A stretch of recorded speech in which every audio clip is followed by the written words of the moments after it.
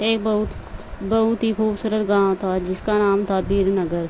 यहाँ सभी लोग बहुत खुशी खुशी से रहा करते थे। गांव में सभी कुछ अच्छा चल रहा था और इसी बीच अमेरिका में एक फैमिली अपने पुश्तैनी घर में रहने आती है। उस परिवार में पति पत्नी और उसका छोटा सा बेटा थे जो अपने हवेली में रहने आए थे। सभी के आते ही गांव वालों में खुशी की लहर दौड़ पड़ी, क्योंकि यह फैमिली कोई और नहीं बल्कि इसी गांव में रहने वाले एक पुराने जमींदार की थी और गांव वाले उनकी बहुत इज्जत करते थे। सब कुछ ठीक ठाक चल रहा था, लेकिन अचानक एक दिन इस परिवार के बच्चे की तबीयत अचानक बिगड़ने लगती है। सभी को लगता है मौसम का परिवर्तन हुआ है, लेकिन बात कुछ और ही थी। धीरे धीरे लड़के का चेहरा नीला पड़ने लगा।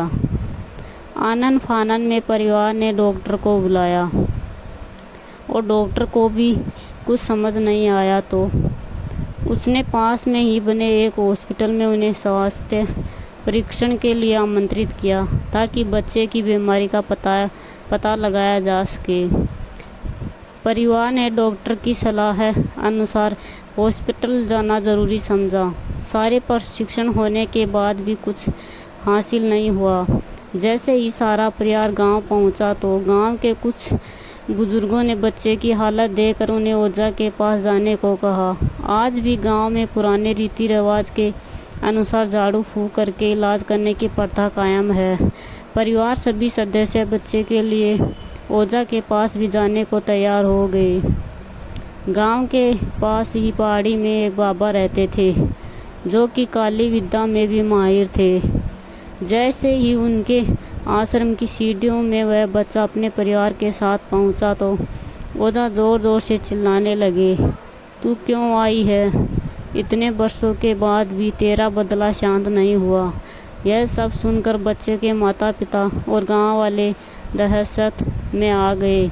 उन्हें समझ नहीं आया कि बाबा को इतना क्रोध क्यों आ रहा है, जबकि उन्हें अभी तक कोई बात बताई नहीं गई।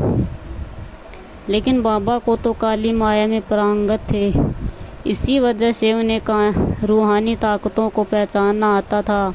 सभी लोगों ने आश्रम में प्रवेश किया, लेकिन बाबा ने केवल उस बच्चे को पास आने को कहा। बच्चे की हालत बहुत ही खराब थी। उसकी आंखें लाल हो चुकी थी, उसका शरीर नीला दिखाई पड़ रहा था और उसके शरीर का तापमान आम बुखार से कम कहीं ज़्यादा था। ओझा ने विभूति उठा करके बच्चे के मुंह पर फेंका। बच्चा ज़मीन पर लेट गया और ज़ोर ज़ोर से हाथ पर हिलाने लगा। किसी को कुछ समझ नहीं आ रहा था कि बाबा की विभूति से क्या चमत्कार हुआ है कि बच्चा अपने आप ज़मीन पर लेट कर ऐसी हरकतें करने लगा। तभी अचानक बच्चा अपने पैर की उंगलियों के बल खड़ा हो जाता है और बहुत ही खूंखार औरत की आवाज़ में ओझा को उसके पुराने नाम से बुलाया, अरे वो प्रेमनाथ, मैं तुझे नष्ट कर दूंगी। लड़के का ऐसा स्वर सुनकर उसके माँ बाप घबरा गए। लड़के को इस अवस्था में देखकर उन्हें कुछ समझ नहीं आ रहा था कि ऐसा क्यों हो रहा है। तभी ओझा ने एक मंत्र पढ़कर बच्चे को अपने काबू में किया। सारे गांव वाले ओझा से पूछने लगे, बाबा ये सब क्या है? यह बच्चा ऐसा क्यों कर रहा है?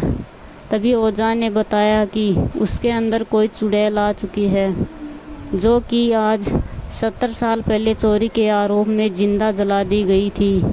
उसे ऐसी सज़ा देने वाले कोई और नहीं बल्कि इसी बच्चे के दादाजी थे और वह चुड़ैल अपना बदला लेने इसलिए आई है क्योंकि वह गर्भवती अवस्था में जिंदा जली थी और उसके कोख में पल रहा मासूम बच्चा भी जल गया।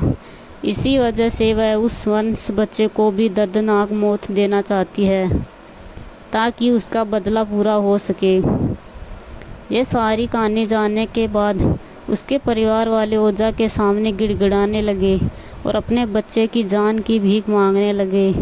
तभी ओझा ने अपनी घोर तपस्वी शक्ति से मंत्रों के उच्चारण के साथ उस चुड़ैल को मासूम बच्चे से बाहर निकाल दिया और कुछ ही क्षणों में बच्चा सामान्य हालत में आने लगा।